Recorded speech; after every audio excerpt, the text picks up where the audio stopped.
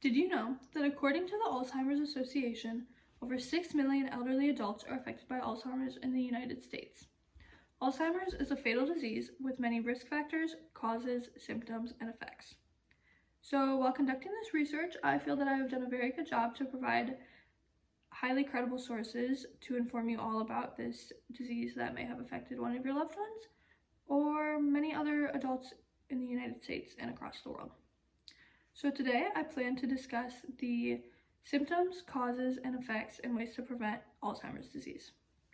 First, I will discuss the many symptoms. According to an article by the Alzheimer's Association, there are many different symptoms of Alzheimer's. These symptoms can be different for each patient and tend to progress and appear differently. However, they can be very similar and generally follow 3 stages. So the first stage that the patient will go through is the early stage.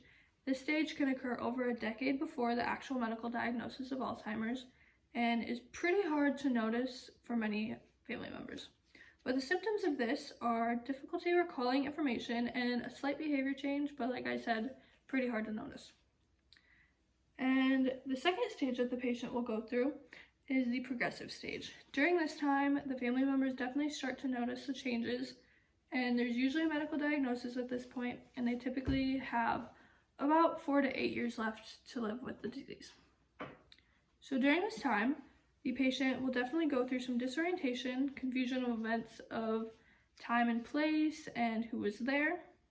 They also may experience wandering and sleep issues and often have suspicions about other family members. So they make up stories and just think that things happened that didn't. And also, they often have an increase of irritability and aggressiveness. And they also tend to experience personality changes, which include depression. They often have an increased level of social withdrawal, and like I said before, distrust in others. So the final wave of symptoms that the patient will experience is called the serious stage. At this point, they often struggle to just carry out daily activities. So really walking, talking, eating, going to the restroom, carrying on a conversation is generally very hard for them. However, they can preserve some skills such as dancing, singing. They often color, they'll like to read, and the family members may often notice them recalling memories, often with other family members in place of others as well. And these memories are often from their childhood, but can slip into that early adulthood and stuff. So now that we've talked about the symptoms, I think it's time to recognize the risks and causes of Alzheimer's. So according to the Mayo Clinic, there are multiple risk factors, and along with the study by the National Institute of Aging, they suggest that there are biological factors involved in Alzheimer's as well. So for the risks, there are some preventable risks and some, unfortunately, unpreventable. Unpreventable risks include their age, having a genetic mutation. Oftentimes, Down syndrome patients also have an increased risk of Alzheimer's.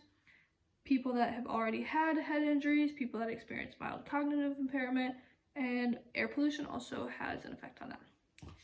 But there are fortunately some ways to prevent this disease early on, and the main one is just having a healthy lifestyle. So having regular sleep schedules, eating healthily,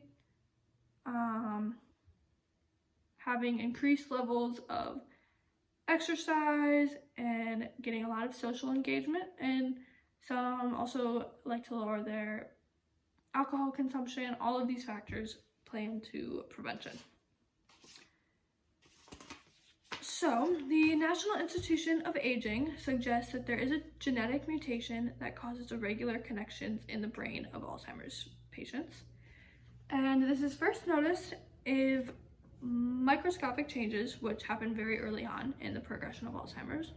And during this, their neurons break down, which cause issues in the hippocampus and the internal cortex, which are 2 areas of the brain essential for forming memory. And then after this, the neurons lose connections, which is attributed to a buildup of amyloid plaques and tau tangles, which are essentially proteins that block communication between neurons. And finally, the cells just stop working and die, which is unfortunately an irreversible change. And here we see a normal brain and then a brain of someone with Alzheimer's.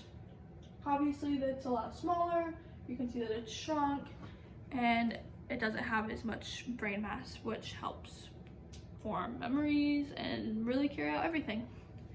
And again, a normal brain, an Alzheimer's disease brain, and something kind of in between, the mild cognitive impairment that is also a risk factor.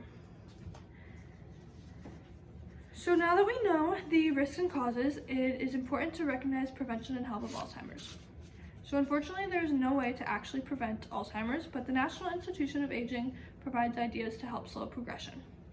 The first one, like I stated earlier, is just live a healthy lifestyle, and it's really important for family members to help the patient stay involved and engaged in daily activities and social interaction. There is also therapies to target genetic, molecular, and cellular mechanisms. And finally, there are some medications that help in slow progression that are suggested by doctors, but they don't stop it entirely. So now that we know how to slow progression and how we can help those affected by Alzheimer's to live life to their fullest potential, it is important that we do an overview. So today we have discussed the many symptoms, causes, and effects of Alzheimer's.